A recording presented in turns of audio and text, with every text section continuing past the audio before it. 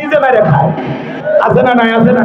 তিনি ধনী, 10 লাখ টাকা চাকরি আছে, 2-3 লাখ টাকা দিয়ে জাকাত, নিজের 5-6 লাখ টাকা জাকাত নিজে মেরে খায়। তার মানে ধনীরাও হিসাব করে জাকাত দেয় না। যদি দিত বাংলাদেশের অনেক গরিব কমে যেত। তাহলে কি করা লাগবে? ধনী জাকাত দেবে না, জাকাত আদায় করা লাগবে। কথা কন, কথা কন। এই জায়গায় 2 মিনিট একটা ঘটনা শুনে দিই। বলবো? আল্লাহ নবী মুসা আলাইহিস সালামের নাম আপনারা শুনেছেন, শোনেন নাই? আল্লাহ নবী মুসা আলাইহিস সালাম কারুনকে যে বলে, কারুন জাকাত দিতে হবে। কারুন ডেকে বলে, মুসা আমি জাকাত দিতে পারবো না। আল্লাহ নবী মুসা আলাইহিস সালাম ডেকে বলে, জাকাত না দিলে জাকাত আদায় করা হবে। কি বলছে? আদায় করা হবে। মুসা আলাইহিস সালামের রাগ কম না বেশি?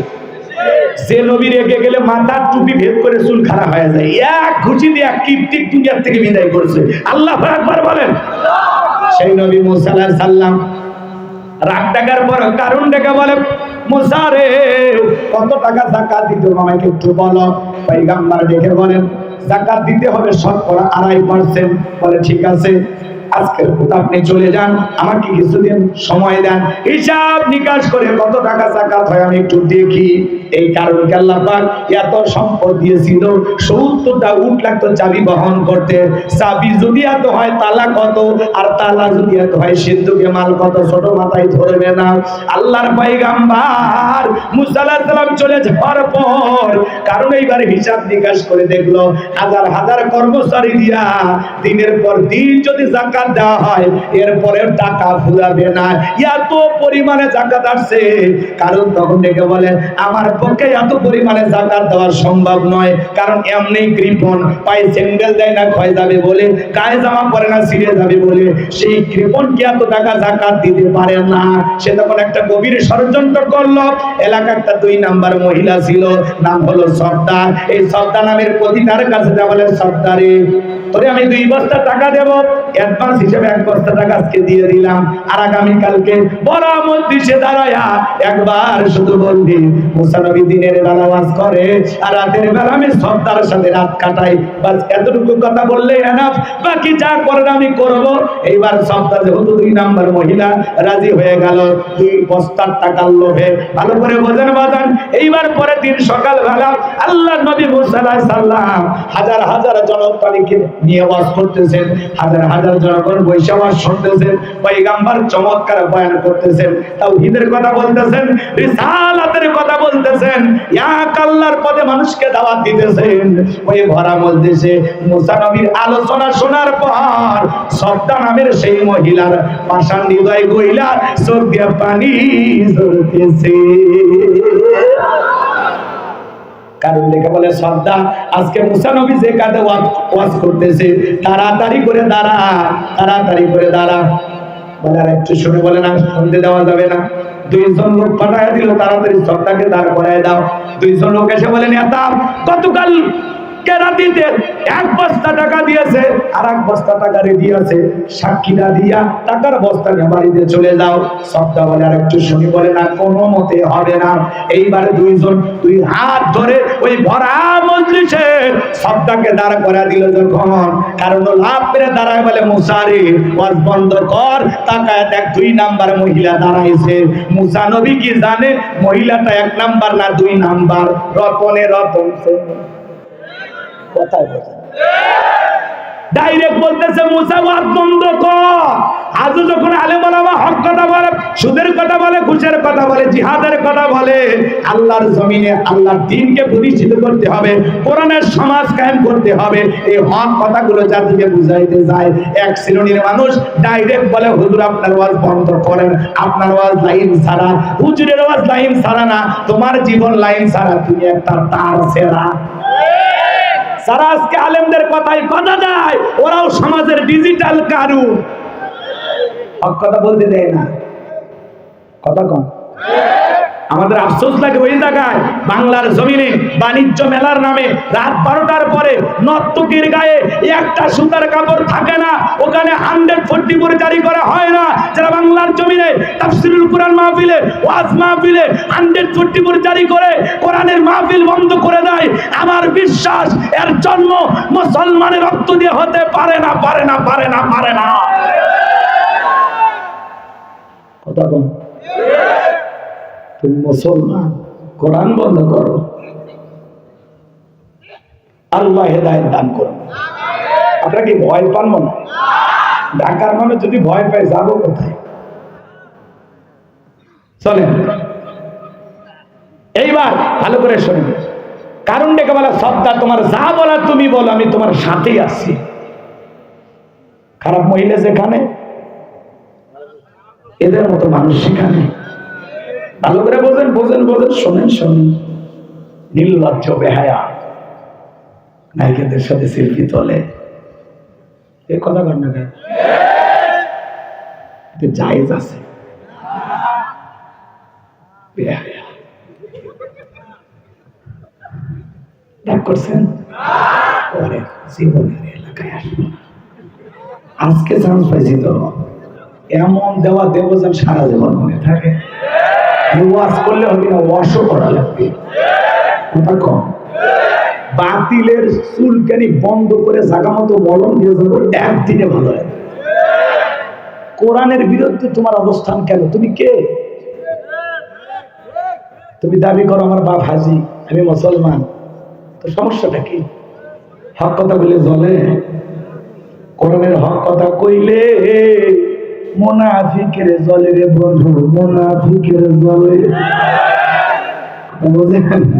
শুনছেন না? ওইদিকে যাবো, চলেন সামনের দিকে যাই। কষ্ট হচ্ছে?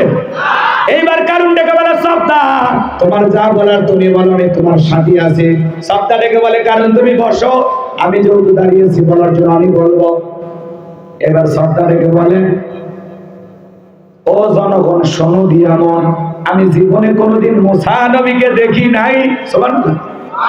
আজকে মুসা নবীকে দেখার পর, আলোচনা শোনার পর সিদ্ধান্ত নিয়েছি আর জীবনে কোনোদিন খারাপ কাজ করব না, অশ্লীল কাজ করব না। আমি আজকে তওবা করে ঈমান গ্রহণ করব। আলেমদের ওয়াজের মাধ্যমে বেনামাজি নামাজি হয়ে যায়, সুদখোর ঘুষখোর ভালো হয়ে যায়, চোর ডাকাত ভালো হয়ে যায়, বেপরদায় ছেলে মা বোন পর্দা করে, দাড়ি কাটা যুবকটা দাড়ি রাখে। আলেমদের ওয়াজের মাধ্যমে হাজারো মানুষের জীবন পরিবর্তন করে দেন কে? এই মহিলাটা মুসা নবীর বয়ান শুনে পরিবর্তন হয়ে গেছে, অন্তরটা নরম হয়ে গেছে। বলে আমি জীবনে যা পাপ করেছি আজ থেকে আর পাপ করব না, গুনাহ করব না, আমি তওবা করে ভালো হয়ে যাব এবং ঈমান গ্রহণ করব। বলেন আল্লাহু আকবার। জনগণ সবাই শুনতেছে, একটা ভরা মজলিসে এক মহিলা দাঁড়ায় কথা বলতেছে, সবাই শুনবে না?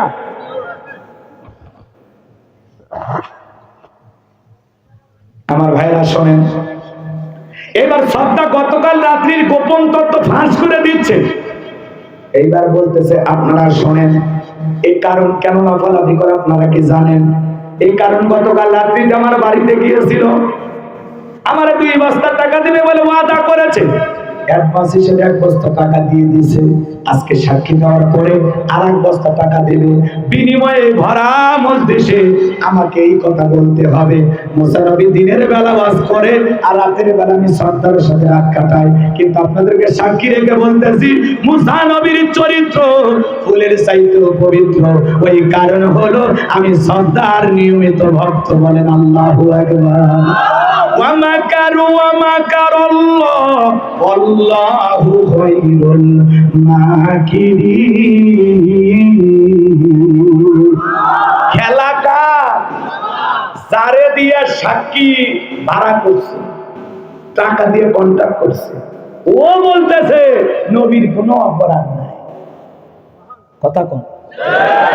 আজকেও যাদেরকে ভাড়া হয় ওরা তখন বলে হুজুর দর্শন করে,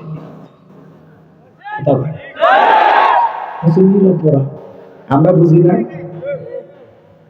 শোনেন, সামনের দিকে যায়, কষ্ট হচ্ছে কষ্ট হচ্ছে।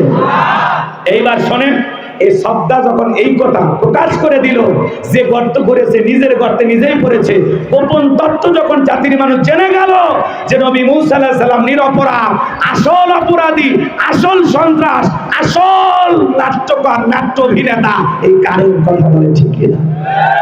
তখন আল্লাহর পয়গম্বরের মেজাজ গরম না ঠান্ডা? দেখে বলে আল্লাহ যাকাত চাইতে গেছিলেন আর এর সাহস কি আমার বিরুদ্ধে মহিলা ভাড়া করছে আমার চক্রান্তের জালে ফাঁসানোর জন্য। আল্লাহ গো, যে সম্পদের বড়ায় মহিলা ভাড়া করছে এই সম্পদ সহ এই জমিন যেন গ্রাস করে ফেলে। নবীর দোয়া মঞ্জুর, কারণ ধন সম্পদ সহ জমিনের ভিতরে হাঁটু পর্যন্ত চলে গেছে। অনেক লম্বা ইতিহাস, সংক্ষিপ্ত কথা শুনে যান। হাঁটু পর্যন্ত চলে গেছে, দেহের শক্তি আছে বলে ব্যাপার না উঠতে পারবো। মাজা পর্যন্ত চলে গেছে বলে দেহের শক্তি আছে ব্যাপার না উঠতে পারবো। এবার যখন গলা পর্যন্ত চলে গেছে তখন বুঝতে পেরেছে আর বাঁচা যাবে না।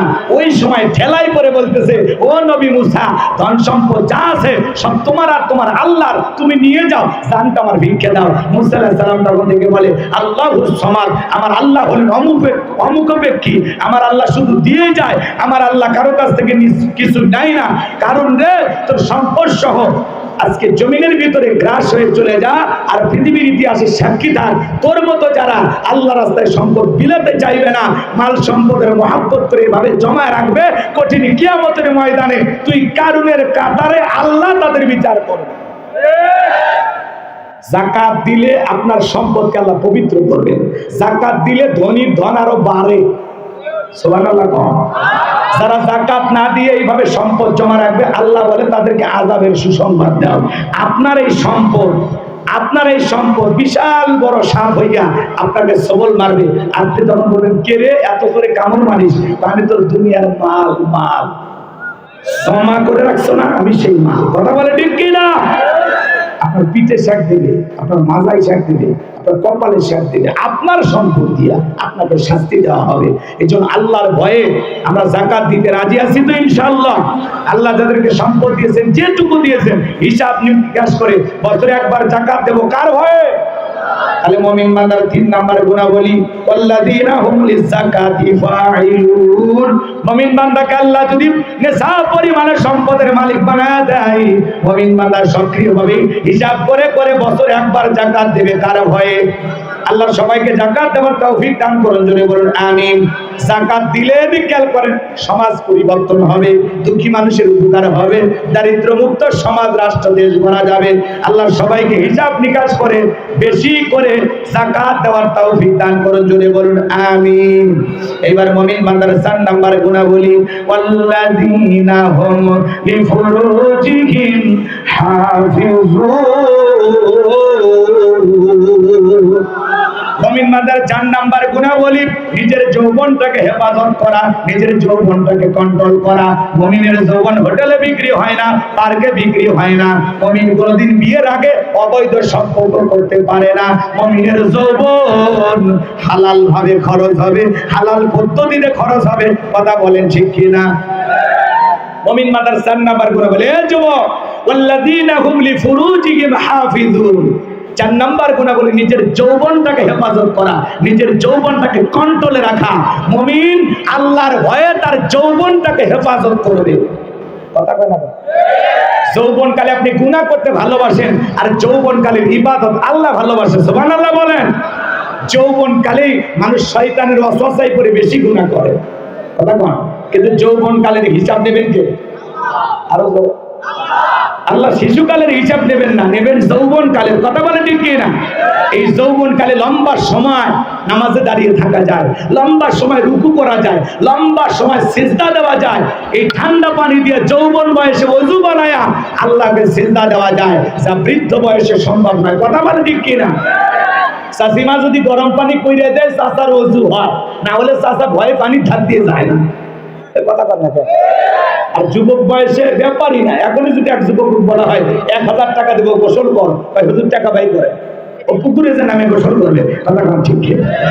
এই তো মুরব্বী চাচাকে যদি বলেন 5000, কয় বাবা আমি আরো কিছুদিন বেঁচে থাকতে চাই। কথা কম ঠিক কিনা? এই জন্য যৌবন বয়সে আল্লাহর ইবাদত করতে হবে।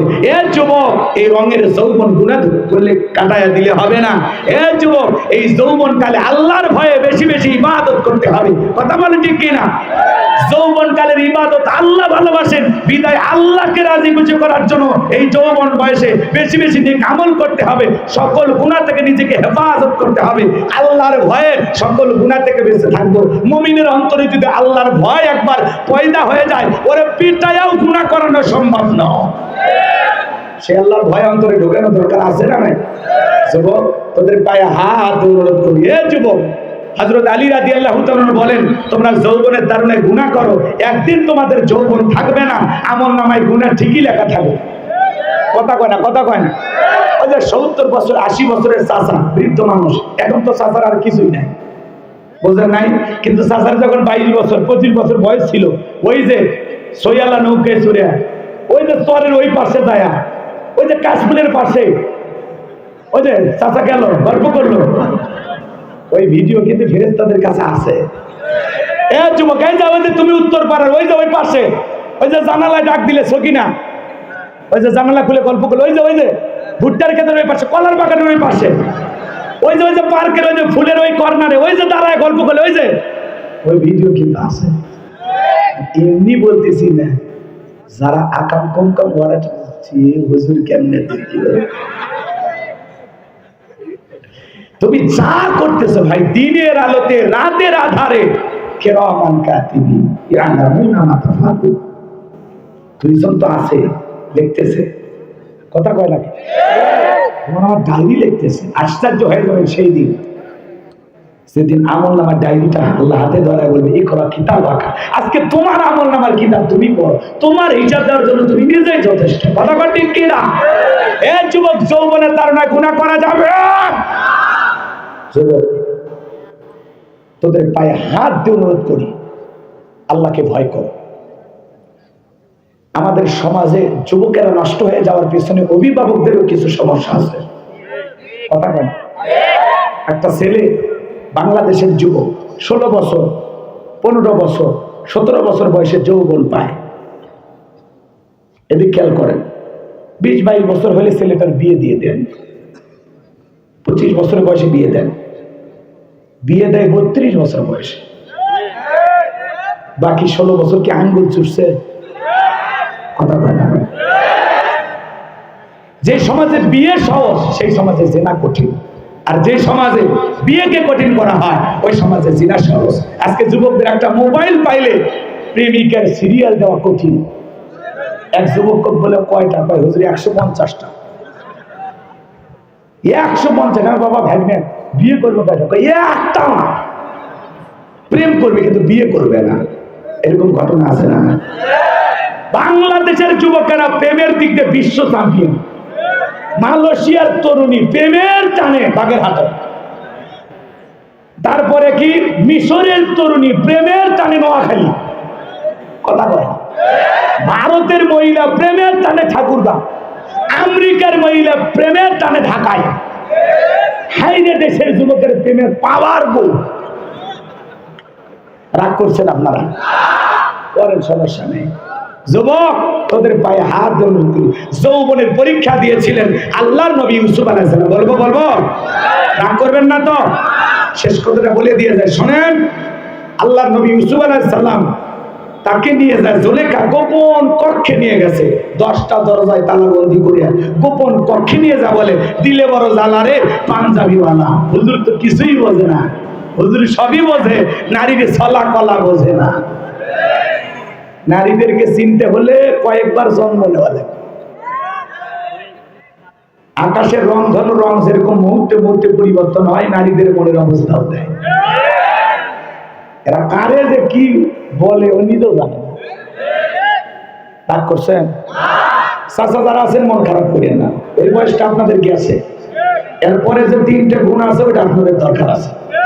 একটু শুনে যান, এরপরে আমরা দোয়ার দিকে চলে যাবো ইনশাআল্লাহ। জীবনে কত রাত ফুটবল ম্যাচ দেখে কাটাইলাম, ক্রিকেট দেখে কাটাইলাম, গান বাজনা শুনে কাটাইলাম। আজকে একটু কোরআনের এই 2-4টা কথা, হক কথা বলতেছি, খারাপ লাগে? শুনে যান, এই অল্প সময় ধরে দোয়া করো। আমার ভাইরা যে কথা বলতে চাচ্ছিলাম, মনোযোগ দিয়ে শোনেন। জুলেখা ডেকে বলে, দিলে বড় জ্বালা রে পাঞ্জাবিওয়ালা। হুজুর তো কিছুই বোঝে না, কাছে আসে আর আকার ইঙ্গিতে কি যেন বুঝাইতে যায়, ভান করে। কাপড়গুলো ছিঁড়ে ছিঁড়ে দেবতার মুখগুলো ঢাকতেছে। ইউসুফ আলাইহিস সালাম ডেকে বলে, জুলেখা, কাপড়ে ঢাকিলে তুমি দেবতার মুখ কি দিয়ে ঢাকিবা তুমি বিধাতার মুখ। এবারে জলেখা কাছে আসে আর দেখে বলে ইউসুফ তোমার চোখ দুটো ভারী সুন্দর। ইউসুফ আলাইহিস সালাম দেখে বলেন ইন্নী আখাফুল্লাহ, অন্তরে আল্লাহর ভয় করো। যে আল্লাহ চোখ দুটো সৃষ্টি করেছে সে আল্লাহকে তুমি ভয় করো। ইউসুফ আলাইহিস সালামের অন্তরে কার ভয়? জলেখার অন্তরে আল্লাহর ভয় আছে? নাই নাই নাই নাই। এইবারে জলেখা কামনা বাসনা পূরণ করার জন্য যখন প্রস্তুতি গ্রহণ করতেছে, নানান ধরনের বাহানা করতেছে, আল্লাহর পয়গম্বর বুঝতে পেরে ডেকে বলে আল্লাহ এখান থেকে বাঁচানোর একমাত্র মালিক আপনি। আল্লাহর উপরে তাওয়াক্কুল করে পয়গম্বর ডেকে বলেন আল্লাহ নিজের ইজ্জতকে বাঁচানোর জন্য দৌড় মারার দায়িত্ব আমার, আর আপনার কুদরত থেকে তালা খুলে দেওয়ার দায়িত্ব আপনার। আল্লাহর উপরে তাওয়াক্কুল করে আল্লাহর উপরে ভরসা করে আল্লাহ তাআলাকে স্মরণ করে আযকুরুনি আযকুরুকুম ওয়াশকুরুনি ওয়ালা তাকফুরুন। বান্দারে তোমরা আমি আল্লাহকে স্মরণ করো, বিপদে পড়ে তোমরা যখন আমি আল্লাহকে স্মরণ করবা আমি আল্লাহ তোমাদের ডাকে সাড়া দেব। পয়গম্বর যখন আল্লাহর উপরে ভরসা করে দৌড় মারলেন, প্রত্যেকটা দরজা আল্লাহর কুদরত থেকে খুলে গেল। বলেন সুবহানাল্লাহ। সে দরজায় জলেখা পিছন থেকে মারছে থাবা, জামা ছিঁড়ে গেছে। ইউসুফ আলাইহিস সালাম থেকে বলে জামা ছিঁড়ে যায় যাক, ইজ্জত দেওয়া যাবে না। আল্লাহু আকবার। এইবার বাজান মুহাম্মদ শেষ দরজায় কথায় আছে যেখানে বাঘের ভয় সেখানে রাত হয়। জলেখার স্বামী আজিজ মিশর দাঁড়াই আছে। স্বামীকে দেখা মাত্র জলেখা নেকা কান্নার অভিনয় শুরু করে দিয়েছে। দেখেন না কিছু মা বোন কথা কন আগেই কাঁদতে দেয়, আমার দুনিয়ার কেউ নাই, কেউ নেই তো বেঁচে আসো কেমনে? কথা কন না কিছু বলার আগে কান্দে দেয়, কান্দেই মামলা জিততে চায়। কথা কন কিছু বলার আগে চোখ দিয়ে পানি বন্যার মতো পড়তেছে। কিছু বলার আগে তোর চোখ দিয়ে এত পানি বের হয়, কি হয়েছে? চোখে কি মোটর বসায় রাখছিস যে টিপ দেওয়া হয় না? কথা কর। যার বউ কথাই কথায় বেশি কাঁদবে বুঝবেন ওই ঘরের ভিতরে ভেজাল আছে। এত কান্নাকে চুপ কর, ঘটনাকে খুলে বল, তোর ঘটনাকে পুরোটা শুনি, শুনে যদি মনে হয় কান্দা উচিত, স্বামী স্ত্রী দুইজন একসাথে জামাত করে কান্না করা হবে। কথা বলেন ঠিক কি না? এই জন্য মা বোন কথায় কথায় কান্দে দেয়, এরকম বউ আছে না নাই? শোনেন শোনেন, এইবার জলেখা নেকা কান্নার অভিনয় করিয়া ইউসুফ আলাইহিস সালামের বিরুদ্ধে মিথ্যা তহমত দিয়া দর্শনের আসামি বানাইয়া বলে আপনি বাড়িতে নাই। এই সুযোগে আমার অন্তরের মহলে ঢুকে আজকে আমার সর্বনাশ করার সুযোগ নিয়েছে, আরেকটু দেরি হয়ে গেলে সর্বনাশ হয়ে যেত। আর মনে মনে বলতেছে মরার স্বামী আসার সময় পাইনি না। কথা বলেন ঠিক কিনা? মিথ্যা তহমতে ইউসুফ নবীকে 9.5 বছর জেল খাটাইছে এই জলেখা। কথা বলেন ঠিক কিনা? এই জন্য নারীদের ষড়যন্ত্র বড় মারাত্মক।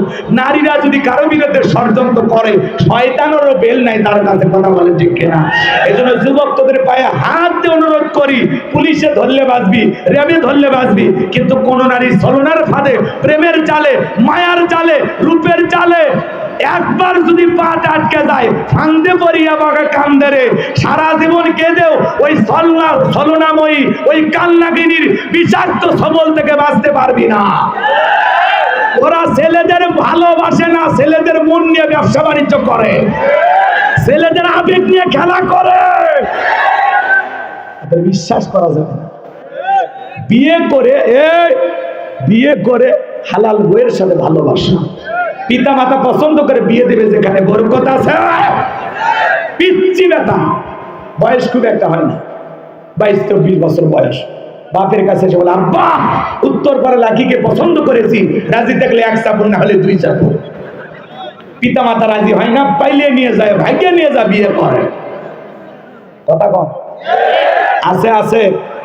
সমস্যা কি জানেন? ওই যে মোবাইল, এই মোবাইলই আপনার আমার সন্তানের ভবিষ্যৎ নষ্ট করে দিল। কথা কন না কেন?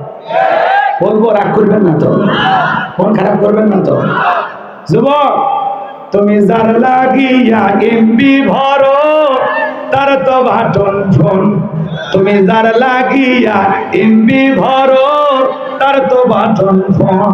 ওরে কেমন করে বুঝবে রে সে, কেমন করে বুঝবে রে সে ডিজিটাল তোর মন, তুমি যার লাগিয়া এমবি ভরো তার তো বাটন ফোন। মেসেজ দিলে সেন্ড করে না, দেয় না তো রিপ্লাই। ভিডিও কলে বলবা কথা, ক্যামেরা তার নাই রে, ক্যামেরা তার নাই। ডিজিটালেই যুগ জামানায়, ডিজিটালেই যুগ জামানায়, এনালতার মন তুমি যার লাগিয়া এমবি ভরো, তার তো বাটন ফোন।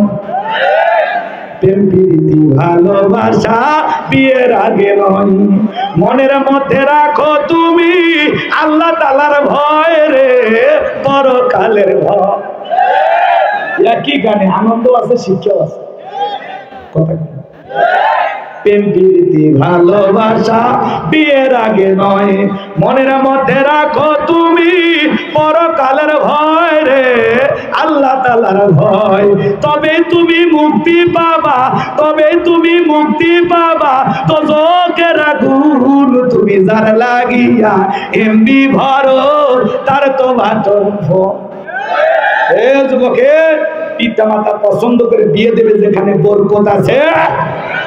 পিতা মাতার অবাধ্য হয়ে বিয়ে করবা, প্রেম প্রীতি করে বিয়ে করবা, জীবনে সুখ পাইবা না, শান্তি পাবা না, সব ভালোবাসা জানলা ভেঙে ফেলে যাবে। এই জন্য মুরব্বীদের দোয়া নিবা। যুবক যারা বিয়ে করে নাই, পিতা মাতার পছন্দের মেয়েকে বিয়ে করবা। হাত তুলে দেখো কারা কারা বিয়ে করে নাই, হাত ধরো। মাশাআল্লাহ, এত ছেলে এলাকায়, এত পাত্র, আর আমার মেয়ে বিয়ে দেবো পাত্র বুঝে নাই। বাবা দুই একটা বিয়ে শাদী গাইবান্ধার দিকে, হ্যাঁ বরাদ্দ গাইকো। আল্লাহ যুবকদের পিতা মাতার পছন্দের পাত্রীকে বিয়ে করা তৌফিক দান করুন, জোরে বলেন আমিন। তাহলে 4 নাম্বার, ওয়াল্লাযীনা হুম লিফুরুজিহিম হাফিজুন। নিজের যৌবনটাকে সংযত রাখা লাগবে, কার ভয়ে? তাহলে যৌবন বয়সে ভালো করে বলেন, এই যৌবন কালে আল্লাহর ভয়ে ইবাদত করে কাটাবো ইনশাআল্লাহ। এইবার মুমিন বান্দার 5 আর 6 নাম্বার গুণাবলী, ওয়াল্লাযীনা হুম লিআমানাতিহিম ওয়া আহদিহিম রাউন। 5 নাম্বার গুণাবলী, আমানত রক্ষা করা। এই জীবনটা আমানত, ছেলে মেয়ে আমানত, স্ত্রী সন্তান আমানত, টাকা পয়সা আমানত, বক্তার কাছে শ্রোতারা আমানত, ইমামের কাছে মুসল্লি আমানত, শিক্ষকের কাছে ছাত্র ছাত্রী আমানত, মেম্বারের কাছে ওয়ার্ডবাসী আমানত, চেয়ারম্যানের কাছে ইউনিয়নবাসী আমানত, মাননীয় প্রধানমন্ত্রীর কাছে এদেশের 18 কোটি জনগণ হলো আমানত। আমানতের খেয়ানত করা যাবে? তাহলে 5 নাম্বার আমানত রক্ষা করা। 6 নাম্বার ওয়াদা প্রতিশ্রুতি রক্ষা করা। মুমিন মুখে যা বলে অন্তরে তা বিশ্বাস করে, কাজে তা বাস্তবায়ন করে। মুমিন কোনোদিন প্রতিশ্রুতি ভঙ্গকারী হতে পারে, ওয়াদা খেলাফকারী হওয়া যাবে। তাহলে 6 নাম্বার ওয়াদা প্রতিশ্রুতি রক্ষা করব ইনশাআল্লাহ। 7 নাম্বার হলো ওয়াল্লাযীনা হুম আলা সালাওয়াতিহিম ইউহাফিজুন। 7 নাম্বার হলো যারা নিজেদের সালাত যত্ন সহকারে আদায় করে। শুধু একা নামাজ পড়লে হবে না, স্ত্রী সন্তান পরিবার পরিজন সবাইকে নিয়ে নামাজ আদায় করার দরকার আছে না নাই?